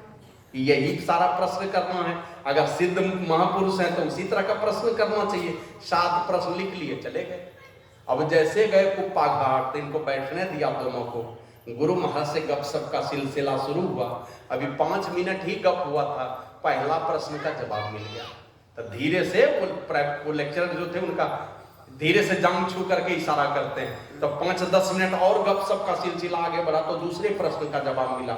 और जब सातों प्रश्न का जवाब मिल गया, मैंने 7वें प्रश्न का जब जवाब मिला आधे घंटे के अंदर, तो इस तरह से जांग थपथपा के खूब खिलखिला के हंस पड़े और तब माथा टेक करके नमन किया। और यही डॉक्टर रामधारी सिंह दिनकर ने कहा कि महाराज मान गया मैं, इस धरती पर निश्चित रूप से कोई सिद्ध महापुरुष हैं, आज मुझे विश्वास हो गया। कहा कैसे? बोला काकभूषुंडी जी से गरुड़ जी ने 7 प्रश्न किए थे, तब जवाब मिला था। मैं भी उसी तरह 7 प्रश्न लिख करके लाया था, लेकिन वो 7 प्रश्न पॉकेट में ही रह गए, जवाब सबका मिल गया। सुन सुखन तेरा कायल हुआ ना, कहीं ऐसा देखा ना सुनाना। कहा कि आपकी बातों को सुन करके, आपके उपदेश को सुन करके आपका कोई कायल नहीं हो गया, ऐसे कहीं देखा सुना नहीं। आया ना रामचरितमानस से, अमल अचल मन त्रोण समाना। जो अमल मन होता है, निर्मल मन वाला हो गया, और जो निर्मल मन हो गया वही अचल हो जाता है। मन चंचल मन में संसार है, निश्चल मन में परमात्मा है। तो निश्चल जिनका मन हो गया उसी का मन हो गया अमल रहित। वो क्या है? तरकस के समान। और उस तरकस से जब वाणी रूपी तीर निकलती है, मन पवित्र है, और वो मन पवित्र मन जो है, अचल मन है, यही तरकस है। और उस तरकस से जब अनुभव ज्ञान रूपी वाणी निकलती है ना, किसी को भी छल नहीं कर देगा। तो माता मदालसा की बातों से छलनी हो गया उसका हृदय, और तुरंत जाकर के मुकुट उतारा, ले जाके काशी नरेश के चरण में रख दिया। मुकुट उतारना, पगड़ी उतारना समझते हैं ना, मैंने उसकी अधीनता स्वीकार करना, अधीनता स्वीकार कर लिया। और अधीनता स्वीकार करके बोला बस चलता हूं मैं, जाने लगे। अब चारों भाई को बुलाया कि भाई तुम्हारा भाई तो भाग गया राजपाट छोड़ करके, ले लो अब हिस्सा चारों भाई मिल करके। बोला बस हम लोगों का भी काम हो गया। क्या काम हुआ? का 4 भाई हम लोग साधु बने होते, एक भाई हम दलदल में फंसा हुआ था, उसको निकालने के लिए सारा नाटक किए थे, हमको कोई राजपाट नहीं चाहिए, तो 5 भाई साधु ही बन गया। 5 भाई माने माता मदालसा का 1 नंबर माता में स्थान आता है। क्या कहते हैं 3.5 माता में, पहली माता में माता मदालसा की चर्चा है। फिर दूसरी माता है, आप लोग जानते होंगे, ऐसे पिता हुए हिरण्यकश्यप और उन्हीं की धर्मपत्नी कयाधु। बेटा कौन जन्म लिया? प्रहलाद। कितने वर्ष में भेजा भगवान का तपस्या करने के लिए? 5 वर्ष में। और कहीं भेज सकता था, भगवान के तपस्या में भेज दिया। और ऐसे ये संजोग कैसे बना? तो जब हिरण्याक्ष की हत्या हो गई, अब हिरण्यकश्यप चला गया तपस्या करने की, मेरे भाई को मार दिया, मैं भी नहीं छोड़ूंगा। तो गए तपस्या करने, और सोचा तपस्या करके बहुत सारी शक्ति अर्जित करूंगा, तब सफाया करूंगा देवताओं का। तो गए तपस्या करने, इसी बीच में इंद्र ने उठा लिया, देवराज इंद्र ने कयाधु को उठा लिया। तो नारद बाबा मिल गए, कहां ले जा रहे हो? कहां ले जा रहे हो? बस जड़ मूल से सफाया कर देना। बाप गया है तपस्या करने के लिए, इसके खानदान का ही एक क्या कहते हो, एक बीज बचा है, इसी को भी ले जाकर सफाया कर दूंगा, मार दूंगा इसको। तो नारद बाबा बोले नहीं, ऐसा नहीं कर सकते तुम, मैं ले जाता हूं। और नारद बाबा ले गए। जिस समय मां के कोख में पल रहा था, उनको धर्म की शिक्षा, अध्यात्म की शिक्षा देते रहे। और जब जन्म हुआ है, माता कयाधु को पता चला ये तो बचपन से ही उसके अंदर में कुछ न कुछ अच्छे गुण दिखलाई पड़ने लगे। और ऐसे भी जब बढ़िया संतान आता है मां के कोख में, तो कुछ न कुछ पता चलता है मां को। क्या पता चलता? आप लोग जानते हो, राम लक्ष्मण भरत शत्रुघ्न चारों भाई का जन्म हुआ। जन्म के पहले जिस दिन कोख में आया था, क्या कहते हैं, वो पुत्र कामेष्टि यज्ञ किया था, अग्नि देवता प्रकट हुए थे खीर का पात्र लेकर के। तो कौशल्या को आधा और कैकेयी को आधा, दोनों को दे दिया, सुमित्रा को नहीं दिया। तो उन दोनों ने आधा आधा हिस्सा इनको दे दिया। परिणाम इन दोनों को 1-1 बेटा, माता सुमित्रा को 2 बेटा। लेकिन जब मां के गर्भ में संतान आ गया, तब माता अरुंधति आई थी। वशिष्ठ मुनि की धर्मपत्नी माता अरुंधति आई और आकर के पूछती है जाके माता कौशल्या को, बेटी कैसा लगता है तुमको? और तुम माँ बनने वाले हो, गर्भवती हो, गर्भ धारण कर चुके हो, बोलो कैसा अनुभव होता है? तो लाज के मारे कुछ नहीं बोलती है। कहा माता मैं नहीं कर सकूंगी, ये जो कैकेयी है ना यही ज्यादा बोलती है, इसी से पूछ लीजिए, बोलने में ज्यादा तेज है, पूछिए इसी से। सुमित्रा से पूछा, बेटी तुम बताओ तुमको कैसा लगता है? कहा माँ मैं नहीं बोल पाऊंगी, जाके कैकेयी से पूछ, पहले उसी से पूछो। तो माता अरुंधति गई के माता कैकेयी से पूछने के लिए, और उनको जाके कहती है, बेटी ये बताओ। अब आप सोच सकते हैं वो अरुंधति अत्यंत ही पवित्र और पातिव्रत धर्म का पालन करने वाली, और वो जाके पूछती है तीनों रानी से, तो माता कैकेयी यही कही है। अब देखिए गर्भ में संतान आया है, पर चिंतन देख लीजिए उनका कैसे बदलता है। वो कहते माँ मेरा तो यही मन करता है कि मैं ये जो मेरा जो बाल है ना, इसमें बड़ का दूध लगा लूं, और बड़ का दूध लगा के जट्टा बना लूं और चली जाऊं जंगल में जोगिनी बन करके तपस्या करने के लिए, यही मेरे मन में आ रहा है। तो माता अरुंधति कहते निश्चित रूप से तुम्हारे कोख में कोई संत ही आ रहा है, ये भावना तुम्हारे मन में, मैं जंगल चला जाऊं, तपस्या करने चला जाऊं, ये राजपाट वैभव कुछ भी मुझे अच्छा नहीं लग रहा, मन करता मैं जंगल जाकर के साध्वी हो जाऊं और सारे बाल को बढ़ के दूध से जट्टा बना लूं, उधर चली जाऊं। तो गया सुमित्रा के पास, बेटी तुमको कैसा लगता है? तो जब देखा कैकेयी ने बता दिया तब हमें भी बताना चाहिए। कहा कि माँ मुझे तो यही मन करता है कि कभी दीदी इस दीदी की सेवा करो, कभी उस दीदी की सेवा करो, मैंने माता कौशल्या कैकेयी का दिन रात उन्हीं की सेवा करती रहूं, यही भाव मेरे मन में आ रहा है। कहा निश्चित रूप से तुम्हारे कोख में सेवक पुत्र आ रहा है, मैंने क्या कहते हैं सर्वस्व समर्पण करके वो सेवा का भाव उनके अंदर में रहे, संसार की सेवा करे, परमात्मा की सेवा करे, संत की सेवा करे, ऐसा सेवक भाव लेकर के त्याग भाव वाला तुम्हारे कोख में कोई संतान आ रहा है। परिणाम था लक्ष्मण और शत्रुघ्न। लक्ष्मण 14 बरस तक राम जी की सेवा में, शत्रुघ्न 14 बरस तक भरत जी की सेवा में। और जब माता कौशल्या से जाकर के पूछा तो माता कौशल्या ने कहा कि माँ मुझे तो यही लगता है जितने जीव हैं संसार में सबका भला हो जाए, सबका कल्याण हो जाए, सबको मुक्ति मिल जाए, सारे दुखों का निवारण हो जाए, मेरे मन में यही भाव पैदा हो रहा है। कहा कि बेटी निश्चित रूप से तुम्हारे घर में परमात्मा ही आ रहा है, तुम्हारे कोख में परमात्मा, क्योंकि वे ही हैं सारे जीवों का भला चाहने वाले, वे ही हैं सारे जीवों की मुक्ति चाहने वाले, शांति चाहने वाले। का निश्चित रूप से परमपिता परमात्मा ही तुम्हारे कोख में आ रहा है। और परिणाम सब लोगों ने देखा होगा रामचरितमानस के माध्यम से। तो उसी प्रकार वो जिस दिन प्रहलाद आया, मन की भावना धीरे धीरे पवित्र होने लगी, और जब बाहर संसार में आया होता है बस यही बात कि बेटा जैसा चाहता है, जिससे भला होगा वही काम हर माँ करना चाहती है, बेटे का भला हो जाए किसी भी प्रकार से, और उसको बचपन में ही तपस्या करने के लिए भेज दिया। देख रही है कि मेरे बेटे को बहुत कष्ट दे रहा है मेरा पति, उसके बाद भी कभी माँ ने हमेशा ढाढ़स बनाया, हिम्मत बनाया कि बेटा तुम चिंता मत करो, चला जाते हो तपस्या करने के लिए। तो इसलिए उसका नाम, वो कयाधु का नाम आता दूसरी माता के रूप में। अब तीसरी माता के रूप में माता सुमित्रा का स्थान है। दो बेटा, एक लक्ष्मण जो सर्वस्व है राम जी, उसके अलावा कुछ नहीं, और सुमित्रा थी भी कैसी आप जान सकते हैं। जिस समय वन में जा रहे थे, एक आके माँ तुम मना नहीं कर, तुम मना नहीं कर देना मुझे वन में जाने के लिए। तो माता सुमित्रा कहते रे लक्ष्मण, क्या तू ये वन और अयोध्या की बात करता है? तुम्हारे लिए क्या मायने रखता है वन और अयोध्या? तेरे लिए तो जहां श्री राम हो वही तुम्हारी अयोध्या है। तो वन और अयोध्या क्या करता है? वन में जाने से मना नहीं करना, जहां तेरे राम हो वही तुम्हारी अयोध्या है। और ये कह करके भेज दिया था अपने बेटे को, और यही कहा था ना, राम प्राण प्रिय जीवन जी के, स्वार्थ रहित सखा सभी के। ये राम सारे जीवों के जीवन है, सबों के प्राणों के आधार हैं, और स्वार्थ रहित सखा सभी के, निस्वार्थ प्रेम करने वाले मित्र हैं। इस प्रकार की बात कही थी माता सुमित्रा ने। तो ये तीसरे मां के रूप में माता सुमित्रा का स्थान है, जो दोनों बेटे को 14 वर्ष तक वो वहां पर, और आप लोग जानते हैं ना बचपन की घटना है, ये नहीं, ये शादी करके जिस दिन लौटे थे, चारों भाई लौटे, तो आप लोग जानते हैं माता कौशल्या ने देवी सीता को मुंह दिखाई में क्या दिया था, सुने होंगे आप लोग कथा के माध्यम से। माता कौशल्या अब सोचती है बड़ी बहुरानी आई है, यहीं से मेरी कीर्ति दुनिया में बढ़ेगी। ये बहू नहीं आती मेरे घर में, मेरा खानदान का विस्तार नहीं होता, फिर मेरे मरने के बाद मेरी कीर्ति को बढ़ाने वाला कौन संतान होता, कौन बढ़ाता मेरी कीर्ति को? हर लोगों को अपने खानदान की चिंता होती है, हर गृहस्थ को। तो उसी प्रकार माता कौशल्या को चिंता होगी कि मेरा खानदान कैसे चलेगा।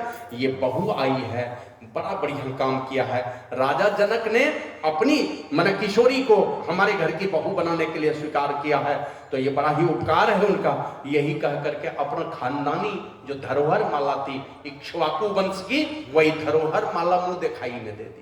आज से तुम मालकिन हो इस घर की, अब कैसे संभालना है, कैसे परिवार को चलाना वो तुम समझो। आज से मेरी जवाबदेही खत्म हो गई, तुमको चलाना है।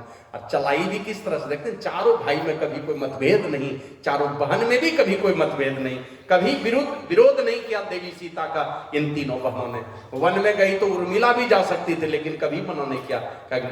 लक्ष्मण को भेजा था कि जाओ ये भैया भाभी की सेवा करना, सपने में भी दुख नहीं हो, इस प्रकार की सेवा करना, मैं सास ससुर की सेवा करूँ।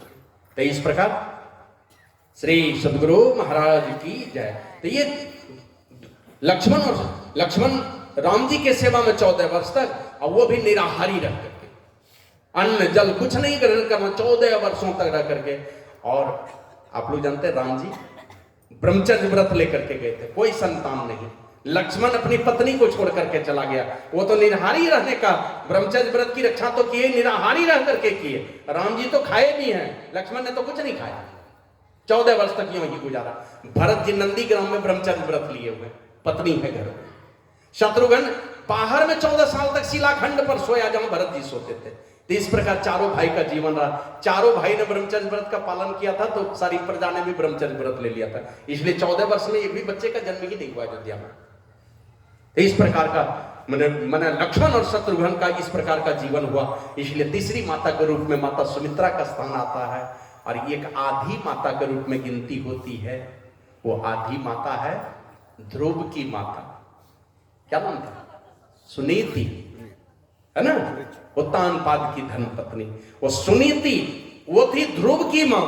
ध्रुव को भेजा तपस्या करने, कब? जब महाराजा उत्तानपाद ने अपने गोद में ध्रुव को बैठने नहीं दिया, और सौतेली मां ने अपमानित किया कि अगर तू इस पिता की गोद में बैठना चाहता है तो जाओ, तुम मर जाओ, अब मेरे कोख से जन्म लेना, जन्म लेने के बाद तब तुम इस पिता की गोद में बैठना। अब वो रोते हुए अपनी माता के पास, सुनीति के पास गया है। तो मां ने देख लिया कि मेरे बेटे का ऐसा अपमान हुआ, तो क्या कहते हैं, लाचारी में अपने बेटे को भेजा कि बेटे तू चला जा तपस्या करने के लिए, और तपस्या करके उस पिता की गोद में बैठ जाना जहां से तुमको कभी नहीं उतरना पड़ेगा। ये पिता तो थोड़ी देर बैठाएंगे, फिर तो तुमको उतर जाना पड़ेगा। तो इनका आधी माता में स्थान आता है। ऐसे इसके अलावे भी एक से एक माता दुनिया में हुई है, लेकिन इन 3 माता और ये आधी माता, इनकी सारे संसार में चर्चा, शास्त्रों के माध्यम से चर्चा होती है इन माताओं की। इसी प्रकार की एक माता का और स्थान है, वो माता हुई माता जावाली, माता जावाली। और वो माता कौन थी? मां तो मां है, दुनिया वालों ने जिस रूप में उस मां को देखा है, चाहे बेसिया के रूप में देखा कि और किसी रूप में देखा, लेकिन मेरे लिए तो मां है। दुनिया में, संसार में अगर कोई सुख का स्थान है वो मां। दुनिया में अगर कोई अच्छे चीज को सीखने की पाठशाला अगर है, वो मां का कोख, मां का आंगन, माता पिता का आंगन, ये चीज है। वो माता गणिका थी। और मेरा तो यही विचार, आप लोग भी जानते होंगे, मेरी एक शायद प्रवचन के माध्यम से आप लोग सुने हो, मेरी मां अगर एक आंख वाली ही है तो मेरी अपनी मां से ज्यादा खूबसूरत दुनिया की कोई मां नहीं हो सकती। चाहे मेरी मां जैसी है, उसमें मेरी मां का क्या दोष है? मां ने मुझे इस संसार में लाया, कैसे लाया? बस मुझे ला दिया, यही उस मां की कृपा है मेरे ऊपर। माता जावाली गणिका थी, संतान हुआ, एक बेटा जन्म लिया। अब मन में विचार करने लगा, बेटी होती तो शायद मैं जो धंधा करती वही धंधा करती। हो गया बेटा, अब मेरे बेटे का तो कोई दोष नहीं है, लेकिन मेरे बेटे को मेरा ही कलंक ढोना पड़ेगा। यही कहेंगे लोग कि ये गणिका का बेटा, वेश्या का बेटा, सब लोग गलत निगाह से इनको देखेंगे। इस बेटे का तो कोई दोष नहीं है। अब मन में चिंता होगी, मेरे बेटे का ये कलंक धुलेगा कैसे? ये तो जीवन भर धोता रहे। इस पाप को धोने के लिए हमारे गुरु महाराज कहते थे, जब दुनिया में लोग ठुकरा देता है और ऐसे लोग जिनको संसार में कोई पूछने वाला नहीं है, ऐसे लोग जब मेरे पास आते हैं तो मुझे बड़ी दया आती है और मैं उनको दीक्षा दे देता हूँ। और एक सिद्धांत दिया, जितने मनुष्य तनधारी हैं प्रभु भक्ति कर सकते हैं, सब कर सकते हैं, सबको सिखाया। अरे सामाजिक समरसता का भाव सारे संतों ने किया, लेकिन गुरु महाराज करके दिखा दिए। करके क्या दिखाएं? अगर ब्राह्मण जाति के कोई शिष्य उनकी सेवा करते थे तो चमार जाति के लोग भी करते थे।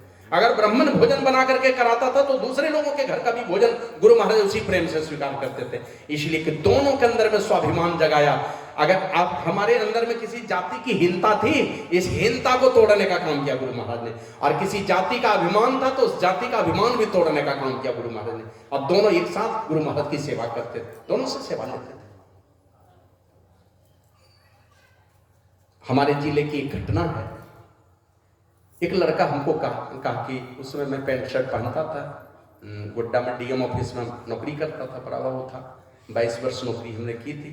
2009 में रिजाइन कर दिया और शादी हमने की नहीं थी। तो बाबा साहिब स्वामी जी महाराज को जैसे एक दिन प्रणाम किया तो बोले तोरा संन्यास लेने भारी लगे छो।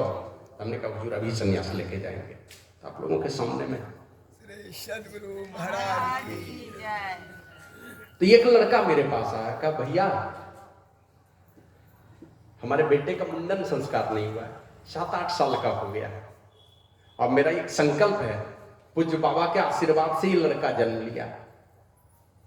वो जिस दिन मेरे घर आएंगे, मेरे घर पर जिस दिन वो महाराज का आगमन होगा, उन्हीं के कर कमलों से मुंडन होगा, ये मेरा संकल्प है। तो हमने सोचा भाई ये गरीब आदमी कहाँ से पूज्य बाबा को ला सकेगा। अरे कुछ तो खर्च है ही ना आने जाने में। उनका व्यक्तिगत कोई मांग नहीं है, लेकिन गाड़ी है, उनके साथ में सेवक हैं, कुछ और लोग आएंगे तो टेंट समियाना कुछ ना कुछ तो लगाना पड़ेगा। सत्संग करेगा, भंडारा नहीं करेगा द्वार पर, 10 आदमी को हाथ नहीं धुलवाएगा, तो ये भी ठीक नहीं है, हमारी सभ्यता संस्कृति के खिलाफ है। तो ये सब सोच करके हमने पूछा कि कुछ खर्च कीजिएगा। तो बोला हम 5,000 करेंगे। 5,000 में तो नहीं होगा। अगल बगल में कोई प्रोग्राम कहीं रहता बड़ा कार्यक्रम तो आपके यहाँ जलपान के बहाने भी बुला देते। उसमें मैं गोड्डा जिला का सेक्रेटरी था तो यहाँ भी बुला देता, लेकिन वो तो नहीं हो सके। देखिए थोड़ा और जोर लगा के तो बोला अच्छा 5,000 और 10,000 खर्च करूँगा। तो हमने कहा थोड़ा और जोर लगाइए। बोला अब तो बड़ी मुश्किल है। तो बगल में एक सज्जन था, वो कहता है कि भैया 2 क्विंटल चावल हम दे देंगे। तो हमने कहा गुप्त दान। बोला हाँ गुप्त दान, प्रगट नहीं कीजिएगा, लेकिन 2 क्विंटल चावल हम भंडारे के लिए दे देंगे। ये बोला हम 10,000 खर्च करेंगे। अब देख लिया जब बाबा ही आ रहे हैं तो इनका व्यक्तिगत मामला तो नहीं है, गांव के बहुत लोगों ने सहयोग कर दिया। अब पूज्य बाबा के पास जब हम ले करके गए उनको, उस आदमी को, तो 4-5 लोग मेरे साथ गए और वहां पूज्य बाबा अपने निकट बुलाए हमको। तो निकट आ गया, उनकी बात आवाज थोड़ी मोटी थी तो सब लोग समझते भी नहीं थे, और हमारे क्षेत्र में अंगिका बोलते थे, वो बात भी दूसरे को नहीं समझ में आती थी। तो निकट बुला करके कहते हैं अंगिका भाषा में कि एक बार गुरु महाराज के साथ में हम लोग गए थे सत्संग करने के लिए। पहले संथाल परगना जिला था, अभी गोड्डा जिला है, मतलब मेरे ही जिले में गए थे। बोले शाम के समय में शीतलहरी चल रही थी और गुरु महाराज कहते हैं साहिब बाबा बाहर में देखिए तो कोई है क्या। तो स्कूल में ठहरे थे, बाहर निकले बरामदे में, यहां से वहां देख रहे हैं तो कोई नहीं है। तो फिर कहते नहीं देखिए ना कोई होगा। बाहर घूम करके देखते हैं तो नहीं है। तीसरी बार फिर बोले कि नहीं कोई होगा, तब लगा कि ना जब गुरु महाराज बोल रहे थे निश्चित रूप से होगा। अब है क्या, 2 बिल्डिंग एक ही जगह थी और दोनों बिल्डिंग के बीच में खाली जगह, 1-1.5 फीट खाली जगह, दोनों की दीवार अलग अलग थी। उसी बीच में एक बूढ़ी माता जी घुस के बैठी हुई थी। तब पूज्य बाबा सुना रहे थे हमको और वो 4-5 लोग समझ नहीं पा रहे थे कि बाबा क्या बोल रहे हैं। उसी में वो अंदर में जो घुसी हुई थी ना, तो माता जी निकलिए बाहर, गुरु महाराज आपको बुला रहे हैं। लेके गए गुरु महाराज के पास और कमर झुकी हुई है, गंदा सा साड़ी पहनी हुई है, और गुरु महाराज के निकट जैसे गई तो गुरु महाराज अपना माथा झुका लिए, सर झुका लिए उस बूढ़ी माता के सामने में, और गुरु महाराज कहते हैं ल माला पिन्हावो। माथा झुका के कहते हैं माला पहनाओ हमको। और वो अपना आंचरा खोली और सब फूल सूख चुका था, माला बना के अपने आंचरा में बांध करके रखी थी आंचल में। माला निकालिए गुरु महाराज के गले में डाल दी। सदगुरु महाराज तो गुरु महाराज कहते हैं अब प्रतिज्ञा पूरा भेला, जा अन्न जल ग्रहण करो। मैंने अब प्रतिज्ञा पूरी हो गई ना, मैंने प्रतिज्ञा ले रखी थी कि जब तक महर्षि जी को मैं माला नहीं पहनाऊंगी तब तक अन्न जल ग्रहण नहीं करूंगी। सुबह से शाम हो चुके थे और शाम के समय में गुरु महाराज अपने से बुला करके अब कहेंगे कि इतने बड़े महापुरुष जब सब जानते थे तो इतना तड़पाना क्या जरूरी था, सुबह ही बुला लेते, शाम को क्यों बुलाए। आप एक घटना मैं बताता हूँ आपको। एक दिन एक सूरदास जी गए, गाना गाते थे, भजन गाते थे, गा गा करके रिझाते थे, कुछ पैसे मांगते थे। एक द्वार पर गया सूरदास, एक भजन सुनाया, 2 भजन सुनाया, तो घर का मालिक देखता है कि मेरी पत्नी खाने पीने का कोई बढ़िया सामग्री थाल में लेकर के खिड़की के पास खड़ी है और अंदर से सब तमाशा देख रहे। अभी देखते हैं शीशा ऐसा होता है कि अंदर से सब देख लीजिएगा, बाहर से नहीं देख सकता है, तो वो देख रही है अंदर से। एक भजन के बाद दूसरा भजन वो सुन लिया, तब उनके पति कहते हैं कि अरे कितना भजन गवाओगे, जाके दो ना, जो देना है दे दो। 2 भजन गाया बेचारा, एक ही जगह इतना भजन गाया।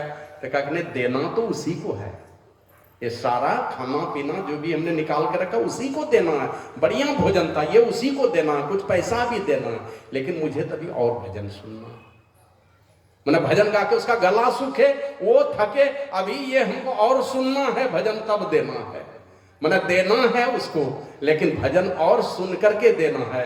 उसी तरह परमात्मा है, सदगुरु हैं, देखते हैं मेरे लिए कितना तड़प सकता है, मेरे लिए कितनी प्रतीक्षा है इनको, कितनी ललक है इनके अंदर में, कितना तड़प है इनके अंदर में, तब आपके सामने प्रकट होते हैं। आपको देख लेंगे जांच परख करके। श्री सदगुरु महाराज की जय। तो उसी प्रकार आप जाएंगे उनके निकट। वो माता, वही उनके पति ने यही सोचा कि मेरी पत्नी जब इस प्रकार से क्या कहते हैं इंतजार करवा सकती है, तो इसी प्रकार परमात्मा भी इंतजार करवाते हैं, वो भी तुरंत नहीं देते हैं। तो गुरु महाराज भी देख लिए कि इनका धैर्य कितना है। सुबह से बैठी है 1 घंटा 2 घंटा 3 घंटा, शाम हो गई। इसके बाद गुरु महाराज उनको बुला करके वो माला पहने। तो वही गुरु महाराज कहते हैं, पूज्य बाबा साई स्वामी जी महाराज बोले कि गुरु महाराज का 1 पैसा भी गुण नहीं है हमें, लेकिन जब कोई दुखी हृदय का कोई आदमी आता है तो बड़ी दया आती है। जाओ ओमानंद को कह देना 1 दिन का प्रोग्राम इनके घर में बना देगा। तो 1 दिन का प्रोग्राम हमने बनाया। वो भी बोले, मेरे हाथ में मोबाइल था, उसमें 6000 कीमत थी उसकी। हमको वो कहते हैं, सरजू नाम था मेरा, सरजू भैया प्रोग्राम तो बना देंगे। वो देख ली बाबा का ही आदेश करवा लिया, ये प्रोग्राम तो बना देंगे, लेकिन एक शर्त है। बोलिए जो शर्त। वो वाला मोबाइल सेट हमको देना पड़ेगा आपके हाथ में जो है। फिर चलिए यही दे दूंगा, आप उनके यहाँ सत्संग कर दीजिए। मेरा कोई संबंधी भी नहीं था, लेकिन हमारा इसी तरह चलता था, क्योंकि नौकरी करता था, कोई लाइबिलिटी भी नहीं थे, माता पिता भी एक्सपायर कर गए थे, आज़ादी थी, बड़े भाई लोग सब नौकरी चाकरी में थे, तो किसी को कुछ लेना देना कुछ है नहीं, जो लुटाना है अपनी मर्जी थी। हमने कहा दे दूंगा। उनके यहाँ जाके सत्संग किए, ले जाके हमने दक्षिणा में ओमानंद जी को वही वाला मोबाइल सेट दे दिया था।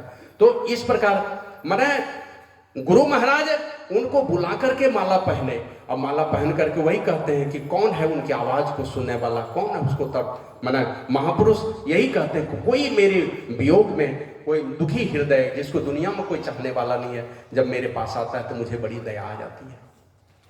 तो उसी प्रकार इनको लगा, इस माता जावाली को, मेरे बेटे का भला कहाँ होने वाला है। आप जानते हो कि शास्त्र पढ़ करके देख लीजिए, दुनिया में जिसको कोई पूछने वाला नहीं हुआ, दुनिया से ठुकराया गया, और ऐसे ठुकराए लोग जब जब संतों के चरण में पड़े हैं, दुनिया का सबसे कीमती हीरा बन गया। पढ़िए तुलसीदास को, मां ने दुग्धपान कराया, खानदान तो बड़ा ही था, कानपुर ब्राह्मण में पैदा हुए, मां ने दुग्धपान नहीं कराया क्योंकि गलत नक्षत्र में पैदा हुए थे। लेकिन दुनिया के सारे देश, कोई ऐसा देश नहीं है जहां तुलसीदास को नहीं जानता, दुनिया में महान हो गए। कहां से हुए? तुलसीदास जी महाराज लिखते हैं, राम नाम कली काम तरु, राम भगति सुरधेनु, सकल सुमंगल मूल जगह गुरुपद पंकज रे। राम नाम जपिए, आपकी मर्जी है, जैसे जप सकते हैं, किसी भी तरह से जपेंगे भला ही भला। जैसे गन्ना की धर से भी चूसेंगे वो मीठा ही मीठा, रस तो देना ही देना है, उसी प्रकार राम नाम टेढ़ हो वाला। बीज जाए खेत में, उल्टा जाए सीधा जाए, किसी तरह जाएगा, जन्मेगा ही जन्मेगा। उसी प्रकार किसी भी तरह से राम नाम जपते हैं, कली काम तो इस कलयुग में काम तरु है आपके पास। और राम भगति सुरधेनु, अगर भक्ति करते हैं किसी तरह से, किसी भी तरह टेढ़ा कुबड़ा जो जानते हैं अपनी मर्जी से भी करते हैं, राम भगति सूरधेनु मैंने समझ लिया आप सूरधेनु को मालूक हैं, मैंने कामधेनु आपके पास है अगर आप राम की किसी भी तरह से भक्ति करते हैं। लेकिन तुलसीदास जी महाराज कहते हैं ये कामधेनु और कल्पतरु के रहते भी किसी का अनिष्ट हो सकता है।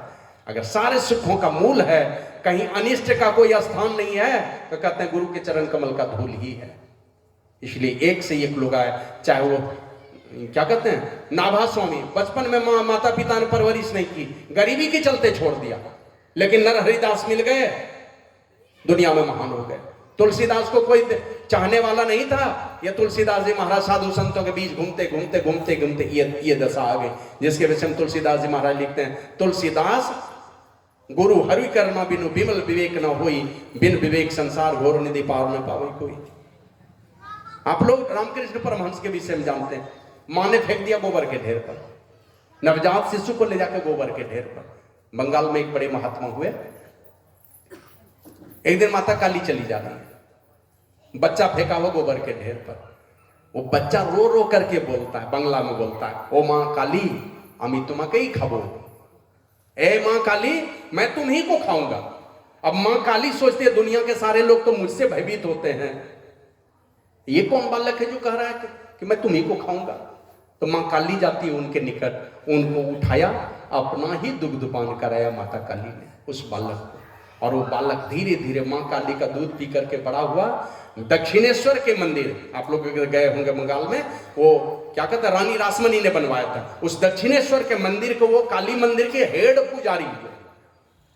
लेकिन वो हेड पुजारी दुनिया में महानता को तो पाए, लेकिन बाद में देखा आपके अंदर में बहुत अच्छे अगर विकार हैं, बहुत सारे विकारों से बचे हुए हैं, आपके अंदर में अगर सद्गुण है, संपन्न लोग हैं, तो परमात्मा विशेष कृपा आपके ऊपर करते हैं, उनको दया आ जाती है तो उठा करके संतों के चरणों में भेज देते हैं। एक महात्मा आ गए, उनका नाम था तोतापुरी जी। देखा कि स्नान करके आ रहा है उधर से, क्या बेटे इधर और बुला के कहा मैं तुमको ब्रह्म ज्ञान की दीक्षा देने आया हूँ, ब्रह्म ज्ञान की दीक्षा ले लो। अब ये मन में सोचने लगा वो कौन है फिर, ये अगर ब्रह्म ज्ञान की दीक्षा देंगे तो मैं जिनसे रोज दिन बात करता हूं वो मां काली फिर कौन है। तो बात ऐसे भी है ना, आपको नहीं समझ में आती है तो आप अपनी मनमानी तो करेंगे ही, नहीं समझ में आती है तो।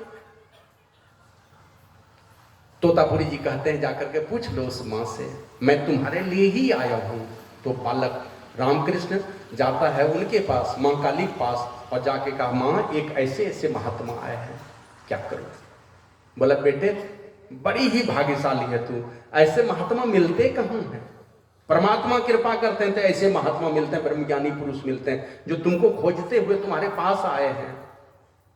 तो कहते हैं मां तब फिर तुम कौन हो, जब उनके पास कोई दूसरा चक्कर है तो तुम कौन हो। कब मैं जो कुछ भी हूं वो सामर्थ्य मुझ में नहीं है जो वो दे सकते हैं।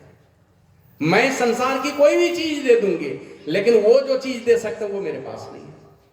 हमारे गुरु महाराज लिखते हैं ना, ईश्वर देव पितर परिजन सो होत न ये उपकार, यह में ही होबत गुरु से ही, गुरु की अमित बलिहार। जब भी होगा तो गुरु से होगा। मने परमात्मा भी अगर आपका भला करना चाहते हैं, मुक्ति देना चाहते हैं, गुरु रूप में आना पड़ता है उनको। बिना गुरु रूप में आए, मने परमात्मा भी भला करेंगे तब बिना गुरु रूप में आए नहीं कर सकते हैं। गुरु के माध्यम से ही आपका भला होगा। मने मुक्ति देंगे परमात्मा, और संसार में कोई मुक्ति देने वाले हैं 33 कोट देवी देवता में एक की भी गिनती नहीं है उसमें। सब देवता मिल करके भी मुक्ति नहीं दे सकता।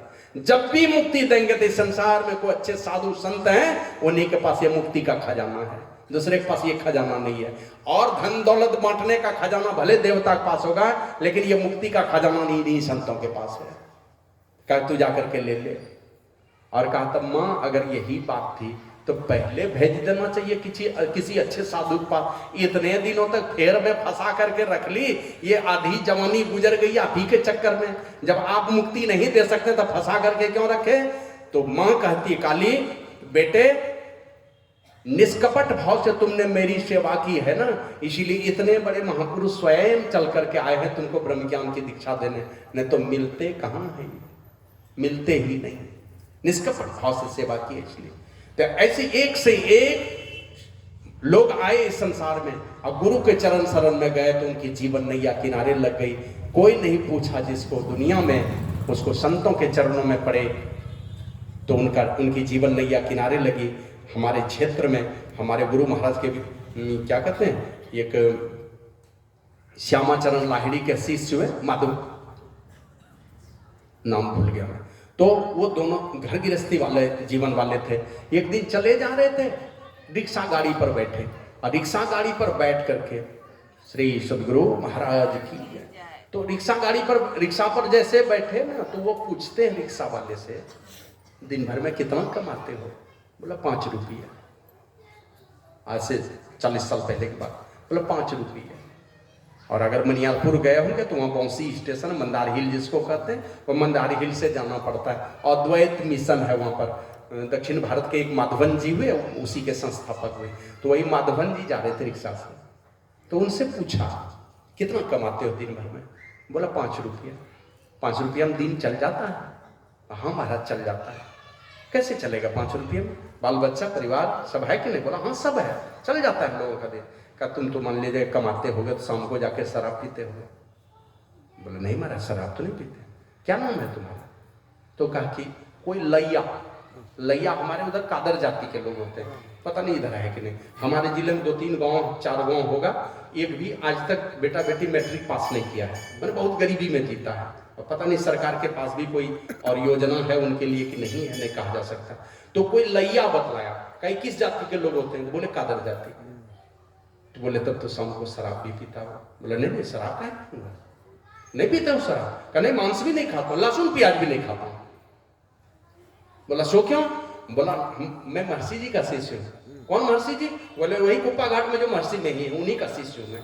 वही माधवन जी बोले ये गुरु महर्षि जी इधर सच्चे शिल्पकार हैं।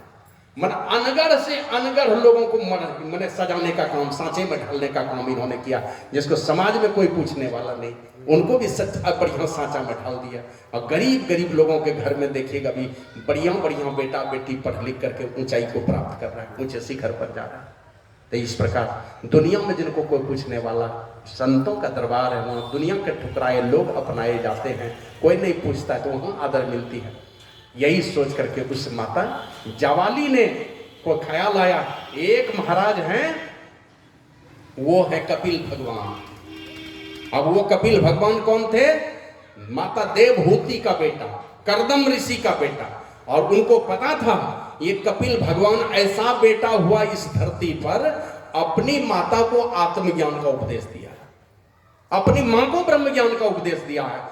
तो लगा कि जब ऐसा बेटा है जो अपने मां को मुक्ति दे सकता है, अपने मां को आत्मज्ञान की शिक्षा दे सकता है, तो मैं भी अपने बेटे को वहीं भेज देती हूँ उन्हीं के पास। इससे बड़ा कारीगर, इससे बड़ा शिल्पकार और कोई नहीं हो सकता जो अपने मां को आत्मज्ञान का उपदेश किया। मैंने जिस कोख से पैदा किया उन्हीं को आत्मज्ञान का उपदेश दिया था। और यही मां ने कहा था, बेटे मैं तो जन्मों जन्मों से विषयों के दलदल में डूबी हुई हूं, बेटे मुझे बचा लो। तो यही बेटा ने उपदेश किया था कपिल भगवान ने अपनी माता देवहूति को। तो वही वो माता श्री सदगुरु महाराज की जय। वही माता जावाली ने अपने बेटे, ऐसे नाम तो रखा था चुन करके, उसका नाम था सत्यकाम। लेकिन नाम कितना वो बढ़िया रखते हैं, है ना। अगर आपके खानदान में प्रतिष्ठा नहीं है तो कितना भी बढ़िया नाम रखने से क्या करेगा? लोग तो यही कहेगा फलाने का बेटा है, यही समझता है। माता पिता का कृत्य अगर बढ़िया नहीं है तो यही कहेगा इसी का बेटा है। माता पिता बढ़िया है तो कहेगा ये बढ़िया बाप का बेटा है। तो कहा कि नाम तो सत्य काम रखा चुन करके, लेकिन मन में चिंता है कि कलंक तो सब दिन झेलता रहेगा कि बेस्या का बेटा है। इस कलंक को धोने के लिए भेज दिया वहां पर, क्या कहते हैं, कपिल भगवान के पास। और कहा जाओ वो तुम्हारा उद्धार कर देंगे। कपिल भगवान के पास गया तो पूछते हैं तुम्हारा नाम? तो सत्यकाम। पिता का नाम? का वो तो मैं नहीं जानता। का तुम्हारा गोत्र? का जब पिता का ही नाम नहीं जानता तो गोत्र कहां से बताऊंगा? नहीं बता सके। मां के पास फिर भेज दिया और मां के पास आकर के कहा कि मां यही पूछे, मैं बता नहीं सका। का जाके कहना मेरी मां है माता जावाली, मैं माता जावाली का पुत्र हूं, यही मेरा परिचय है। और मेरी माता है गणिका, वो है वेश्या। दिन भर में कितने पुरुष आते हैं उसकी गिनती नहीं है मां को। फिर पुरुष की गिनती नहीं है तो तू किसका अंश है, तू किसका खून है, तू किसके मूत्र का बूंद है, ये मुझे ही पता नहीं, तो मैं कहां से बताऊं। लेकिन जाके उनको कहना कि मैं माता जवाली का पुत्र हूं, यही मेरा परिचय, इससे ज्यादा कोई परिचय नहीं है मेरा। अब वहां गए तो वहां जाकर के वो कहते हैं कि जब जान लिया कि माता जवाली का पुत्र है, कहा कि तुम्हें निश्चित रूप से ब्रह्म ज्ञान की दीक्षा दूंगा। और वो तो संत इसीलिए आते हैं, आया वृक्ष कबहु नहीं फल भके, नदी न संचय नीर, परमारथ के कारण साधुन धरा शरीर। रामचरितमानस में आया है, संत बिटप सरिता गिरी धरनी, परहित हेत सबन के करनी। संत की करनी, बिटप मन पेड़ उसकी करनी, सरिता मन नदी, गिरी मन पहाड़, धरनी धरती, ये पांचों की करनी हमेशा परहित हेत, दूसरे के हित के लिए। पेड़ शुरू हुआ फूल देगा, फल देगा, टहनी काटते जाइए तो जलावन देगा, और अपने पूरे जीवन में 15-20 लाख का ऑक्सीजन दे देगा, एक एक पेड़ देता है। काट दीजिए तो फर्नीचर बना लीजिए, जलावन बना लीजिए, जो बनाना है सब, मतलब सारा जीवन उसका एक अंग अंग आपके लिए है, दूसरे के लिए, अपने लिए कुछ भी नहीं है। जहर पीना, अमृत देना, कार्बन डाइऑक्साइड लेना, ऑक्सीजन देते रहना, यही काम है उसका। और अंतिम अपने को भी संसार के लिए मिटा करके चले जाना इस दुनिया से, अपना उसका कोई अस्तित्व नहीं है। तो इसी प्रकार संत भी हैं, बस दुनिया के लोगों के लिए जीते हैं, अपना काम पूरा हो गया, काम पूरा करके वो दुनिया के लिए जीते हैं, आपका भला हो जाना चाहिए। तो यही सोच करके का तुमको ब्रह्म ज्ञान की दीक्षा अवश्य दूंगा, लेकिन एक काम करना पड़ेगा। अब वो छोटा बालक काम क्या दिया जानते हैं? कुछ एक गाय और एक नंदी सांप, जाओ इसको चराना, और जिस दिन 1000 पूरे हो जाएंगे तब उसी दिन ब्रह्म ज्ञान की दीक्षा दूंगा। विश्वास कितना था, भरोसा कितना था उन महापुरुषों के बातों पर। ऐसे लक्ष्मण रेखा को वो महापुरुष भी टपे हैं, तो गृहस्थ लोग का टपना तो स्वाभाविक है, साधु लोग टप जाता है, लक्ष्मण रेखा साधुओं के लिए जो निर्धारित है उसी लक्ष्मण रेखा को टप जाता है, इसलिए भरोसा भी कम करता है। अब वो कह दिए कि 1000 जिस दिन पूरे होंगे तब आना, तब तुमको ब्रह्म ज्ञान की दीक्षा दूंगा। तो वो कहते हैं ठीक है। अब उनके बातों पर भरोसा करके ये विश्वास हो गया कि ब्रह्म ज्ञान की दीक्षा दूंगा, जिस दिन 1000 पूरे होंगे उस दिन दूंगा। इसका मतलब 1000 भी पूरे होंगे और मैं मरूंगा नहीं, ये ब्रह्म ज्ञान की दीक्षा देंगे भी मुझे जरूर। यही भरोसा करके चले गए और गए, चराते रहे वहां। कभी कोई हिंसक जानवर मार के खा जाए, और कहीं शेड तो नहीं था जंगल में बना हुआ, वहीं जाके रह लेंगे, मतलब सब दिन वर्षा गर्मी धूप जो बर्दाश्त करना सहन करते रहो और चराते रहो, जंगल में रख चराते रहे, जंगल में ही रहे। 1000 पूरे हुए, उसके बाद जब पार करने लगा 1000 के पार, तब वो जो नंदी था वो बूढ़ा हो गया था। वो बूढ़ा नंदी कहता है महाराज अब चलिए, अब हम लोग 1000 पूरे हो गए हैं। तो बालक कहता है ना अभी नहीं जाऊंगा, 1000 तो हम लोग पूरे हुए हैं, लेकिन गुरुजी का बुलावा जब तक नहीं आएगा तब तक नहीं जाएंगे। बुलाएंगे तब ना जाएंगे, नहीं तो उनके आदेश की अवहेलना हो जाएगी। तो बूढ़ा नंदी कहता है उस समय मनुष्य की आवाज में, वत्स चलिए। माता कहा कि मित्र जब दुखमय स्थिति में हो तो बिन बुलाए जाना चाहिए, मित्र दुखी हो तो बिन बुलाए जाना चाहिए, माता पिता के दरबार में भी बिन बुलाए जाना चाहिए, क्योंकि माता पिता तो सदैव क्षमा करने वाले ही होते हैं। और गुरु के दरबार में तो अपमान झेल के जाना चाहिए, अपमानित भी हो तो भी गुरु का दरबार में छोड़ना। राम जी ने माता सबरी को उपदेश किया था ना, गुरु पद पंकज सेवा तीसरी भगति अमान। ये तीसरी भक्ति है, तब गुरु के चरणों की भक्ति तो कर रहे हैं, सेवा कर रहे हैं, लेकिन अमानी बना के नहीं कर रहे तो नहीं हुई भक्ति। अमानी बना लीजिए, मतलब मान सम्मान आदर मिले नहीं मिले गुरु के दरबार में जाना, खाने के लिए पूछा कि नहीं पूछा। अभी तो देखिएगा बहुत दान दिया, माल्यार्पण में नाम नहीं दीजिएगा तो उठ करके चला जाएगा। हाँ, बहुत दान दिया, कमेटी में नहीं रखा हमको, उसके लिए परेशान है। अगर 21 आदमी का नाम चुन लिए, अब सेवा करने वाला 50 आदमी है, कमेटी में 21 आदमी का नाम देना, तो दे दिया तो हमको क्या किया, सेवा करने से मना कर दिया क्या? नाम दे दिया तो नाम ही सेवा करने लगेगा, ये सेवा करने वाले तो हम लोग हैं। श्री सद्गुरु महाराज की तो कहा कि गुरु के दरबार में अपमान सा करके सहजोबाई कहती, सहजो शिष्य ऐसा भला जैसे माटी मोय, आपा सौंपी कुम्हार को जो कछु होय सो है। सौंप दो गुरु के चरणों में, जो बना देना गुरुदेव। हमारे गुरु महाराज कहते हैं ना, सब अवगुणों से पूरे हों मैं गुरु जरूरे, तुमसे न कुछ भी दूरे, अवगुण सकल जला दो, कपटी कपूत जो हूं, तुमरो कहा हूं तो हूं, सरनी तिहारी ही हूं, चाहो सो वही बना दो। तुम्हारे शरण में हूं, अब जैसा बनाना। कुम्हार के हाथ में मिट्टी चली गई, भगवान का मूर्त बना दो कि चिलम बना दो, दोनों की कीमत है। मूर्त बना देंगे तो कुछ अधिक कीमत होगी, चिलम भी बना देंगे तो कुछ ना कुछ कीमत होगी। ऐसे छोड़ेंगे नहीं। पत्थर है, जहां तहां थूक खकार फेंकता है, कारीगर के हाथ में जाएगा तो उसको गढ़ करके भगवान का मूर्त बना देगा। मागामा ब्लॉक में मैं पढ़ा हुआ था। एक दिन एक सज्जन आए, हमको कहता है सर आपके यहाँ वो फूटा जला हुआ कोई अल्युमिनियम की हंडी है क्या? हम कहा हम है ना। तो हमको लगा कि शायद आधे कीमत में खरीदता होगा, तो जली हुई हंडी से हम लोग पुचका करके कोने में छोड़ देते थे। तो आया तो हमने दे दिया, बाहर निकाला, गड्ढा खोदा, और वो हवा देने वाला वो क्या होता, मशीन नहीं होता आग जलाने वाला, भांति, वो भांति लगाया उस गड्ढे में, कोयला डाला और वो हंडी को उसको क्या कहते हैं और पिचका करके उसी में डाल दिया। और कौन सा केमिकल डाला हमने देखा, 10 मिनट वो कृष्ण भगवान और राधा का मूर्ति बना करके हमको दे दिया। ये तो चांदी जैसा चकाचक लगने लगा।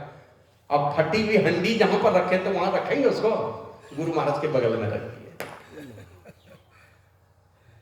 श्री सदगुरु महाराज की जय।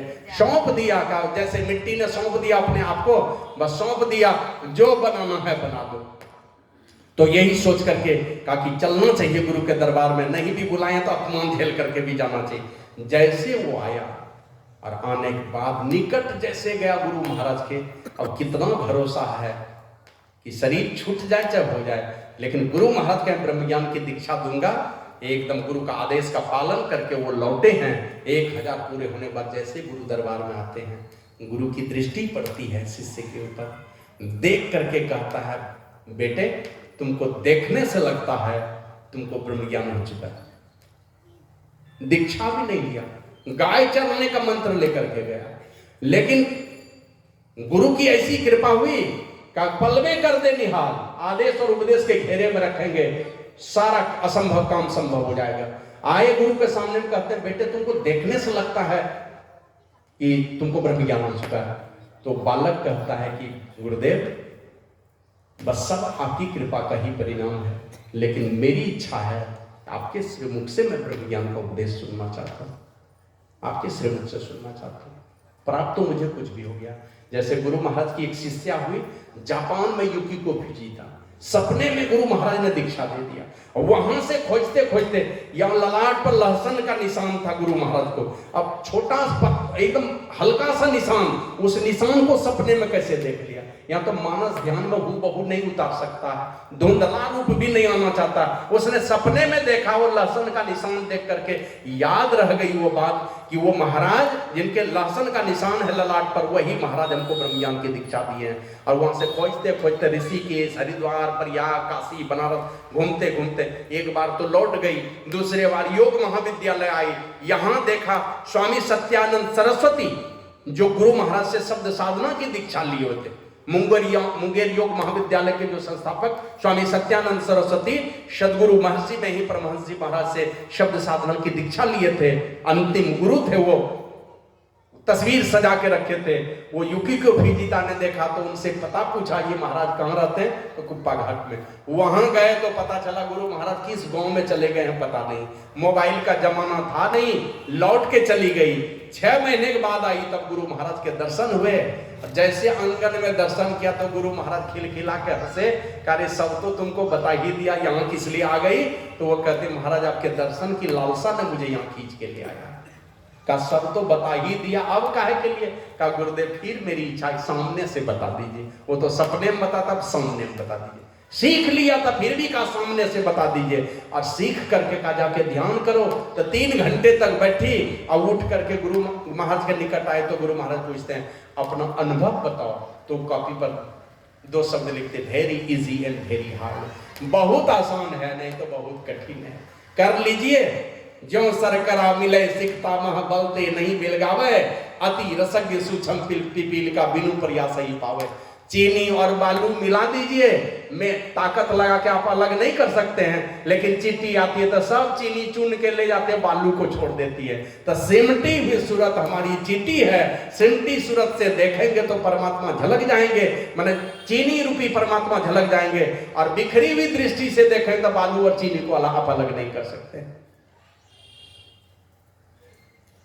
जो जेहि कला कुशलता कहसो सुलभ सदा सुकारी, सफरी सन्मुख जल प्रवाह सुरसरी गए, सुरसरी बहे गए भारी। ये सुरसरी में गज भारी हाथी बह जाता है और सफरी मछली पानी के उल्टे धारा में चढ़ जाती है, क्योंकि तैरने की कला है उसके पास। उसी प्रकार सिमटी सूरत से चलेंगे, सफरी वाली मछली की चाल चलेंगे तो जल के धारा के विपरीत दिशा में भी चढ़ जाएंगे, और हाथी बन करके रहेंगे, मतलब बिखरी दृष्टि में रहेंगे तो आप पानी के धारा में बह जाएंगे, शिव परमात्मा को नहीं प्राप्त कर सकते। तो इसलिए वो कहते मैं आपसे ब्रह्म ज्ञान की दीक्षा जानना चाहता हूं। वही ब्रह्म ज्ञान का उपदेश किए किसने? कपिल भगवान के निकट आए तो कपिल भगवान ने फिर से ब्रह्म ज्ञान का उपदेश किया। और जो ब्रह्म ज्ञान का उपदेश किया, अब देख लीजिए कैसे कैसे संत होते हैं और कैसे कैसे दृढ़ निश्चयी माता और उनके द्वारा जन्म दिया हुआ बेटा कैसा कैसा होता है। जो बेस्या का बेटा था, मां ने सत्य काम नाम रखा था, वही बेटा जब अपने गुरु के पास आया तो कहा तुम्हारे मां को तुम्हारी चिंता है, तो तुमको कलंक लगेगा मां का।